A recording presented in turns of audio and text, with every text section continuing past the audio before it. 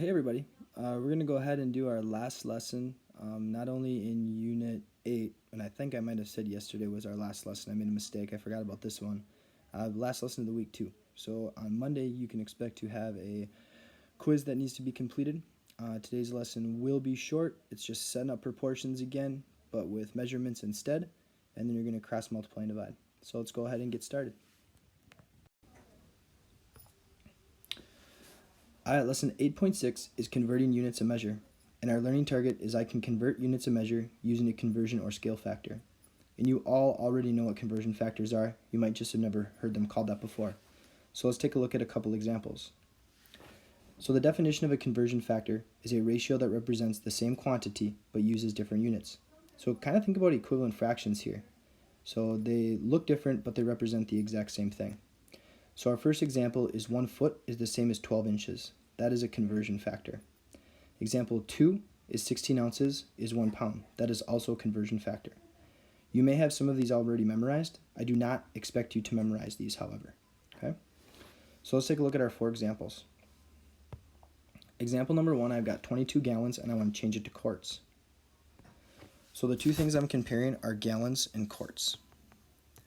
Now remember, when we're setting up a proportion, we want to make sure that it stays nice and neat and organized, so I like to write down the two units that I'm comparing first. So the first thing I have is 22 gallons, and I'm going to put gallons on the top, and I don't know how many quarts. I'm going to keep quarts on the bottom.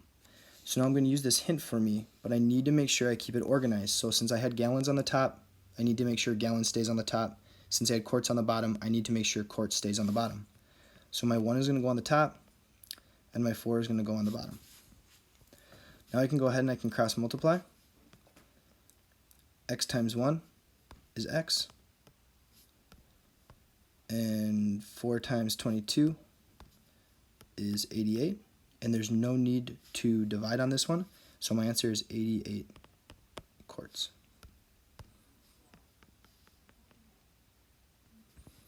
Alright, let's move on to number 2. Number 2. The two things that I'm comparing are miles and inches. I want to change 3 miles to inches. So I'm going to put miles on the top and inches on the bottom. Now if you want to put inches on the top and miles on the bottom, that's fine. You just need to make sure you continue to do that for the entire problem. So I've got 3 miles and I don't know how many inches. And I'm going to use my hint right here. 1 mile is 63,360 inches. So the 1 goes on the top because I'm keeping miles on the top. And 63,360 inches goes on the bottom. So I can go ahead and I can cross multiply. 1 times X is X. And now I need to do 3 times 63,360. And this is where it'd be really helpful for you to have a calculator out, which of course I forgot mine upstairs, so give me just a second here.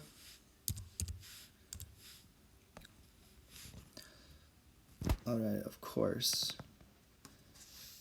Alright, give me just a second. Let me go grab it really quick.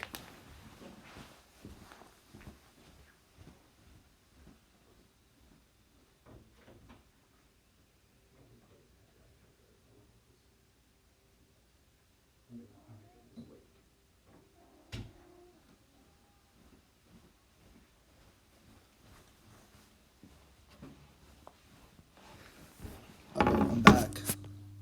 So I need to do 3 times 63,360. And that equals 190,080 inches. That's a lot of inches. So that big long number, that's the same as 3 miles. Alright, let's try number 3. So on this one, I have 127 centimeters and I want to change it to inches. So I'm going from metric system to customary measurement. So I'm going to end up with kind of a approximation. So if you're going to notice in our hint here, it says 1 inch and it's got some squiggly lines. It's 2 and 54 centimeters. So that means like approximate. It's not exact, but it's really, really close. So I'm comparing centimeters with inches. And I'm going to keep my centimeters on the top and my inches on the bottom. So I'm going to start with 127 over X. And my 1 inch is going to go on the bottom because I chose to keep inches on the bottom. And my 2 and 54 hundredths is going to go on the top. So I'm going to cross multiply. X times 2 and 54 hundredths is 2 and 54 hundredths X. and 1 times 27, 1 times 127, 127. Okay, on this one I am going to have to divide. I'm going to divide by 2 and 54 hundredths. And I end up with x equals, take out my calculator again, 127 divided by 2 and 54 hundredths. It's exactly 50.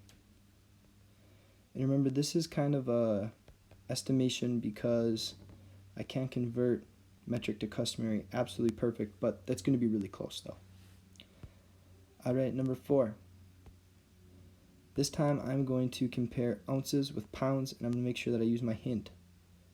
So I'm going to show you, I'm going to put pounds on the top this time and ounces on the bottom, just to show you that it doesn't matter what order you do it in, as long as you keep it same throughout the entire problem. So my pounds that I'm starting with, I don't know, and I have 132 ounces. And my hint is 1 pound is 16 ounces, so my 1's going to go on the top, and my 16 ounces is going to go on the bottom. I'm going to go ahead and cross multiply. I'm going to start off with 16 times x because I like to always start with my variable, which is 16x. And 132 times 1 is 132. Now we can go ahead and we can divide by 16 on both sides.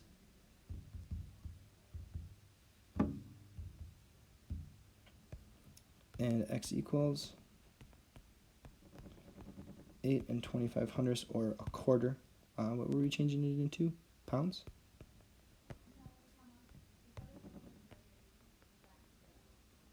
Alright.